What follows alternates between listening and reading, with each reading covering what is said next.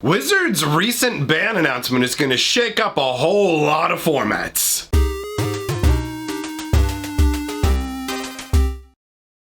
Greetings, owners of fine luxury cardboard rectangles, and welcome to my ban announcement video. Wizards of the Coast is doing things a little bit weird now. I'm not sure how I actually feel about it. I'm curious how you guys feel about it, where like the whole concept of banning used to be every 3 months we'll do a ban and restricted update. And then they decided to do it more frequently, and when we had Pioneer, they were like, every Monday we're gonna do a ban, and then they've settled into this sort of scenario where they'll just be like, heads up, we're doing a ban in like a week. But it's just an announcement of the bans without the banning. So they tweeted out, like within the last 24 hours, saying that on Monday, so I mean, it's not even like a full week, right? Like it's like a weird 6-day warning kind of thing. On Monday, the 13th of July, there'll be an update to the banned and restricted list impacting the following formats. Historic. Weird. Sorry guys, the shadow of my thumb on the screen looked, see that? That looked all reddish, and I'm like, oh my God, I cut myself. So priorities, okay? I'm not trying to ban my fingers in this video. This is how much the heat has affected my brain. Old man stares at his thumb and gets scared should be the name of the video. Oh God. Oh, I'm losing it, boys. The heat is murdering me. I hope you appreciate how much I love you people. I turn off everything that keeps me cool in here so that you can hear my glorious yelling and thumb fear. So it's gonna affect the following formats: Historic, it still looks like that, Pioneer, Modern, and Pauper. All right, so first of all, there's gonna be no changes to Standard. Now, I guess there's just not enough going on with Standard that Wizards feels like it's necessary to get in there. I mean, it's not to me like the Fields of the Dead or Oko times where I feel like there's something that's absolutely screaming to get banned, but also bear in mind that when I'm playing on Arena and I'm playing Standard, I'm playing in like the casual queue, and most of the time when somebody lays a blue land, I just leave. So if something like Euro is tearing up Standard, I don't actually know, all right? But either way, they're not touching Standard, whether you think they should or should not. Standard's not affected whatsoever. They will be doing Historic, Pioneer, Modern, and Pauper. So I wanted to talk a bit about some of the cards that may be getting hit with the hammer in those formats. I'm interested in your thoughts because when it comes to this sort of thing, there's certain parts of Magic where I feel absolutely confident with my knowledge. And there's certain parts of Magic where, you know what, I don't spend a lot of time playing other formats like Modern or Pioneer. And so in those cases, I spend more time reading other people's thoughts, you know, in different locations. You can find them on Twitter, Reddit, all kinds of spots, Facebook, where you can see how people feel about particular things. So I have a number of candidates that I have written down for different formats, depending on what it is. So I'm going to start out with Pauper, because for Pauper, there was only really one thing I could find people complaining about, and that was flicker effects. So those would be spells that basically make a card leave and then come right back, so you can get multiple enter triggers. So that's pretty much, like, as far as I can see, top of the heap for Pauper, all right? In terms of Historic, there are a number of possibilities, right? First of all, we have a Winota suspension currently in effect in Historic. If you don't know what suspensions are, it's specific only to Magic Arena and only to the Historic format, where instead of banning a card, they give it like a timeout. So it's not officially banned, but you're still not allowed to use it. But at the same time, Wizards doesn't have to give out wild cards for it and consider it fully banned. And it's meant to be a short-term measure. So sometimes a card will go from suspended to banned, and sometimes a card will go from suspended to just back into the card pool regularly. Although I don't think so far we've had anything go from being on the suspended list to released back in the wild. I think we've only had the progression so far of suspended, then banned. Feel free to clarify if I'm wrong about that in the comments, because I'm not stating that authoritatively, but that is my belief. Now, Winota's currently on the suspended list and has been there since the last ban and restricted announcement. We don't have a specific time frame within which Wizards has said, we will only put a card on the suspended list for 60 days, 30 days. We don't have a concrete amount of time. We've just been given this sort of nebulous concept that they will indeed remove cards from the list, right? That's the deal. So Winota is sitting on the suspended list, but it feels like it's just going to have to turn into a Winota ban, doesn't it? Like, I mean, Winota's too strong. Let's be real. They were just huffing on the fumes coming out of a car's tailpipe when they came up with that card, because it's obtusely powerful, right? Like, the card comes into play, and without having to attack or be involved in anything, you just put it out almost like it's an enchantment, and all of a sudden it applies to everything that's on the board. And everybody can grab a buddy out of your deck, and we're all gonna dig 6 deep. Oh, and by the way, all the guys we grab, they're also indestructible. Like, it's just, there's so much piled onto Winota that the card feels absolutely busted. I could see Winota catching the ban in Historic. I could see Agent of Treachery also catching a ban in Historic. Now, there's a card that's already somewhat banned in Historic that I'm expecting to see get a full ban, most likely, and that would be the whole Nexus of Fate. I don't know if you remember that card. It was the buy a box, take an extra turn, shuffle it back into your deck card that when they came out with it, I did a video explicitly stating that this card was going to be a big problem, and lo and behold, it certainly was. So we have a weird scenario now where Nexus of Fate is banned in Historic, but only in best of 1 games. So I'm not going to be surprised to see that ban extend out into the best of 3 category, essentially creating a ban across the board in Historic. Now, there is the potential, actually, I guess I should mention this, there is the potential, if I haven't mentioned already, that they may actually be unbanning cards and throwing cards back out into the wild, but I think that in most cases, most people are interested in what we're losing as opposed to what we're getting back. And in all honesty as well, we rarely get cards back. So I'm not speculating on any returns. I'm only speculating on departures. All right. So we've covered what already? Pauper and Historic. What do I have down here for Modern? Modern, we have a couple of possibilities.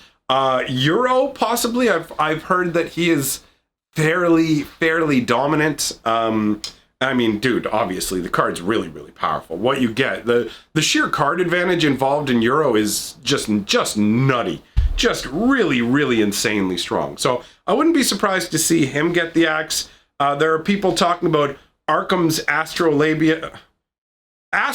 What did I write down here? What has the heat done to my brain? Arkham's Astrolabia. Oh my God. What the? All right then. All right. This heat wave better end, because it's curtains for me, guys.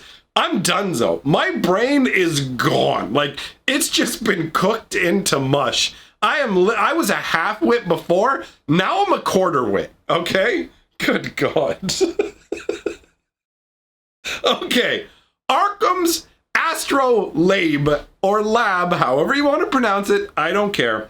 That one is really powerful. There's a lot of like snow-covered land decks using it. And I saw even like an interesting side case talking about the fact that it existing in the format requires that people start to use snow lands even if they're not playing snow decks, just as a tactic to hide information. Ooh, sweat's getting in my eyes. Guys, it's curtains for me. Good Lord. Mail me ice or something, please. Oh, God.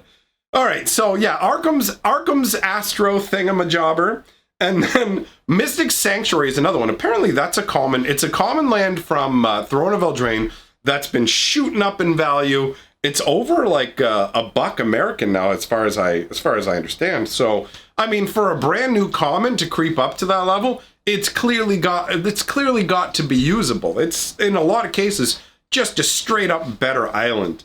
Now that one, I really don't know what the likelihood of the Mystic Sanctuary catching a ban is, but it was something that got tossed about, and I was like, okay, you know what? It feels half decently credible. I'll throw it on the list. Now, I've saved the most interesting category, in my opinion, for last, and that's Pioneer. And I'll explain why I think Pioneer is the most interesting one to talk about after we go over the potential bans, because they will tie into this concept here, right? So when it comes to Pioneer, almost everything that I'm seeing that is being talked about potential for being banned are all combo pieces. So we've got things like Underworld Breach, right? You got Underworld Breach and Lotus Field.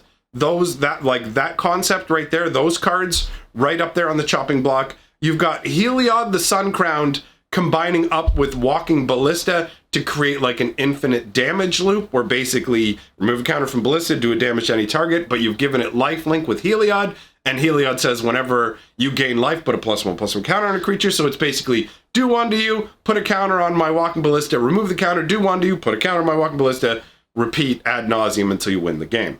And then there's another deck that's actually causing, it seems like, the most problem, and that's the Inverter of Truth deck. So the Inverter of Truth deck is basically based off the concept of you trying to get rid of your entire library and then use a card that cares about your library being empty to give you the win. So you'll either use the Jace, or you'll more commonly Thassa's Oracle to go ahead and basically go, okay, put out the Inverter, put my whole deck into my Inverter is supposed to be, the concept behind Inverter of Truth is just take your deck in your graveyard and swap them. And we've seen that concept before. But the idea is supposed to be like, oh, if you lose your whole deck, you can't draw, right? So you want to avoid using the Inverter of Truth until you have like a big enough graveyard that doing the swap for your deck in your graveyard are actually worth it. But with this scenario, you just want your deck to be gone, because Thassa's Oracle will go, oh, is your deck empty? I guess you win the game. So it's this combo that is actually really hard to deal with, because the Inverter of Truth just needs to hit the board. It doesn't need to stick on the board, right? So you have a scenario where you play the Inverter of Truth, now your deck's gone. You play Thassa's Oracle, it doesn't need to stick around as well, because its trigger will literally win you the game. So it's very difficult to combat this combo. So combos are shredding Pioneer. And specifically, it really does feel like Theros is to blame for this, because out of every combo that I've told you about, Theros has supplied at least one of the critical components of that deck. Now, I mean, Theros overall is a pretty underwhelming set, and it doesn't feel overpowered, but it is interesting to note that it has fed multiple combos into Pioneer.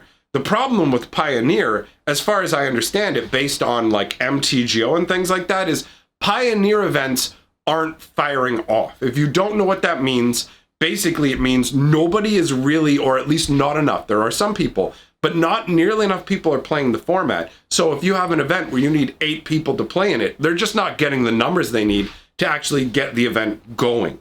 So Pioneer is suffering from the scenario where it's got a shrinking player base, and that is being exacerbated by these combos. So essentially, the only people you really have playing Pioneer right now are the people playing these broken combos. Now, if Wizards comes along and breaks these combos, will it actually destroy the format? And that's what makes this more interesting than any of the other formats we're going to talk about. Because Pauper, Modern, Historic, Standard, all those formats are established. Pioneer is still in that fragile new state. Understand that there was a format very similar to Pioneer called Frontiers, I think, Frontier, something like that, originally, that the players tried to build on their own, and it collapsed. Now, Pioneer is an attempt by Wizards of the Coast to essentially kind of create or fill a void between Modern and Standard. Because originally what happened was Modern came along for people who didn't want to play Standard, but also couldn't afford to get into the really old formats like Legacy and Vintage because they were cost prohibitive and the cards were hard to get. Now, Modern has very much a similar problem, or at least it did. I don't know, Wizards' like fire design approach seems to be shaking Modern up a bit more, but still, the problems do remain, especially the fetch lands are a great emblem of that, where cards are harder to find and more expensive. So Modern was like 10 years old, and Wizards said, you know what, or maybe older, I don't know. But basically, they said, you know what, let's create Pioneer. We're only going to go back so far, and we'll also ban the fetch lands to give this format its own identity. So they created a new format, and at first, Pioneer was going bonkers, man. I was hearing about people going, I can't find a game of Standard at my store. I can't find this. Everybody's playing Pioneer. and it was like pioneer this, pioneer that, pioneer this, pioneer that. But now, between the fact that people can't go out to LGSs to play and everything else is going on in the world, you have a scenario where Pioneer isn't getting the same number of players tromping in to check it out. Literally the only place that Pioneer can be played right now effectively is MTGO. And MTGO isn't a huge vector for new players. Most new players turning to play digital Magic will invariably go to Arena because it's easier, it's free, it's nicer to look at. MTGO's advantages are that it gives you access to every card. You can actually retain value for your collection, but overall, MTGO is even buggier than Arena. It's clunky. If you're given the choice between a sleek, mostly usable interface and MTGO's interface, you're going to go with Arena. So you have the smallest amount of people playing Pioneer right now. And if they're all, like if Pioneer, the only people really playing it anymore are the people who are like super stoked about this combo stuff, and Wizards brings the hammer down on these combos, it might actually fracture just the chunk of players that are left into such a small group that Pioneer just fades away. Depending on how they handle it, this banning has the ability to completely destroy a format, right? Now, I'm not saying this will absolutely happen. Remember what I said before about me not being somebody who plays in all these formats. But I do genuinely feel that Pioneer is walking on a tightrope. But here's the thing, it already lost its balancing pole, and there are high winds blowing in constantly. So Pioneer just might splatter on the ground. You know what I'm saying?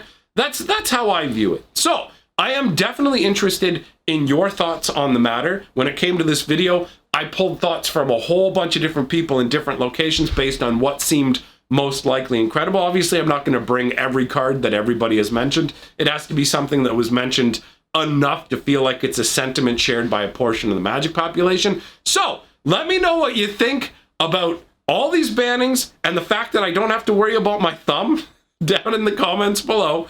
If you like what I'm doing, like it, subscribe to it. The comments help the algorithm. If you really love what I'm doing, do what Pink Peacock did and get all up on my Patreon. You'll see his name here in the scroll. Thanks, Pink. Appreciate it, buddy. Glad to have you ramped up and on the list now. So, thanks for coming by, everybody. I'll see y'all soon. For now, bye. Still got all my fingers.